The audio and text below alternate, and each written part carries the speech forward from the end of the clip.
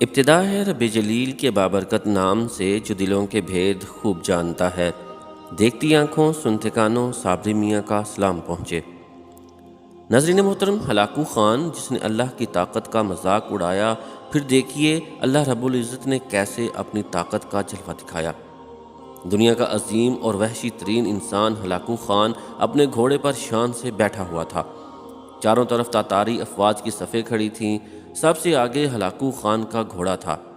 Hulagu Khan کے سامنے قیدی مسلمانوں کی 3 صفیں کھڑی کی گئی تھیں، جن کو آج ہلاکو خان نے اپنے حکم پر قتل ہوتے دیکھنا تھا۔ پھر وہ ظالم بولا، ان کے سر قلم کر دو۔ جلاد نے لوگوں کے سر کاٹنے شروع کر دیے۔ پہلی صف میں ایک کی گردن گئی، دوسرے کی گردن گئی، تیسرے کی، چوتھے کی۔ پہلی صف میں ایک بے قصور بوڑھا غریب قیدی جو کہ اپنے گھر کا واحد کفیل تھا، وہ بھی کھڑا تھا۔ وہ موت کے ڈر کی وجہ سے دوسری صف میں چلا گیا۔ پہلی صف کا مکمل صفایا ہو گیا۔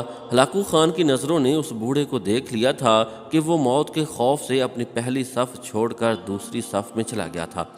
ہلاکو خان گھوڑے پر بیٹھا ہوا، ہاتھ میں طاقتور گرز لیے اچھال کر اس سے کھیل رہا تھا اور مسلمانوں کے قتل کا منظر دیکھ کر اس کھیل سے خود کو خوش کر رہا تھا۔ جلادوں نے دوسری صف پر تلوار کے وار شروع کیے، گردنیں آن کی آن میں گرنے لگیں۔ جلاد تلوار چلا رہے تھے اور خون کے فوارے اچھل اچھل کر زمین پر گر رہے تھے۔ اس بوڑھے بابا نے جب دیکھا کہ دوسری صف کے لوگوں کی گردنیں کٹ کر اس کی باری بہت جلد آنے والی ہے تو وہ بھاگ کر تیسری صف میں کھڑا ہو گیا۔ ہلاکو خان کی نظریں بوڑھے پر جمی ہوئی تھیں کہ اب تو تیسری صف آخری ہے، اس کے بعد یہ کہاں چھپنے کی کوشش کرے گا۔ اس بے وقوف بڈھے کو میری تلوار سے کون بچا سکتا ہے؟ میں نے لاکھوں انسان مار دیے تو یہ کب تک بچے گا؟ تیسری صف پر جلادوں کی تلوار بجلی بن کر گر رہی تھی۔ ہلاکو خان کی نظریں مسلسل اس بوڑھے پر جمی ہوئی تھیں کہ کیسے وہ بے چین ہو کر موت کی وجہ سے بے قرار ہے۔ تیسری صف کے انسانوں کی گردنیں گر رہی تھیں۔ جلاد بجلی کی سی تیزی سے اس بوڑھے بابا کو پہنچا تو ہلاکو خان کی آواز گونجی، رک جاؤ، اس کو ابھی کچھ نہ کہو۔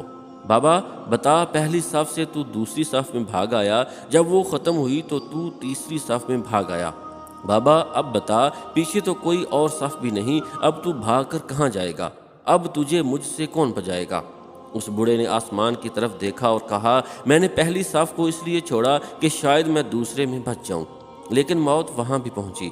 پھر میں نے دوسری صف کو چھوڑ دیا کہ شاید تیسری میں بچ جاؤں۔ ہلاکو نے گرز کو ہاتھ میں اچھالتے ہوئے کہا، بابا یہ کیسی خام خیالی ہے اور کیسی بہکی بہکی باتیں کر رہے ہو؟ بھلا تمہیں میری تلوار سے بھی کوئی بچا سکتا ہے؟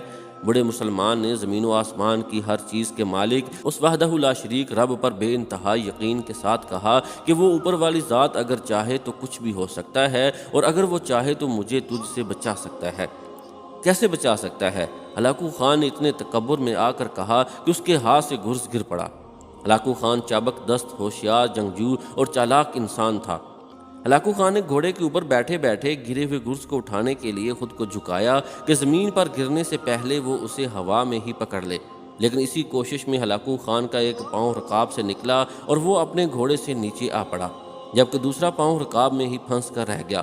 ہلاکو خان کا گھوڑا اتنا ڈر گیا کہ بھاگ نکلا۔ ہلاکو نے خود کو بچانے کی بڑی کوششیں کی، لشکر بھی حرکت میں آ گیا، لیکن گھوڑا اتنا طاقتور تھا کہ کسی کے قابو میں نہ آیا۔ وہ ہلاکو خان کو پتھروں میں گھسیٹ گھسیٹ کر بھاگتا رہا، یہاں تک کہ ہلاکو خان کا سر پتھروں سے پٹک پٹک کر اس قدر لہولہان ہو گیا کہ اس کی روح چند ہی منٹوں میں اپنے اس تکبر بھرے وجود کو چھوڑ کر جہنم رسید ہو گئی۔ لشکر نے جب بے انتہا کوششوں کے بعد ہلاکو خان کے طاقتور گھوڑے کو قابو کیا تو اس وقت تک اس کا سر برے طریقے سے کچلا جا چکا تھا۔ ہلاکو کا لشکر اس بوڑھے بزرگ سے اتنا خوفزدہ ہو گیا کہ لشکر نے اسے جان بوجھ کر نظر انداز کر دیا اور وہ بابا بڑے آرام و سکون سے پیدل ہی اپنے گھر کی طرف چل پڑا۔ مظلوم کی آہ سے ڈرو، کیونکہ جب وہ اللہ سے رجوع کرتا ہے تو قبولیت بہت دور سے اس کا استقبال کرنے آتی ہے۔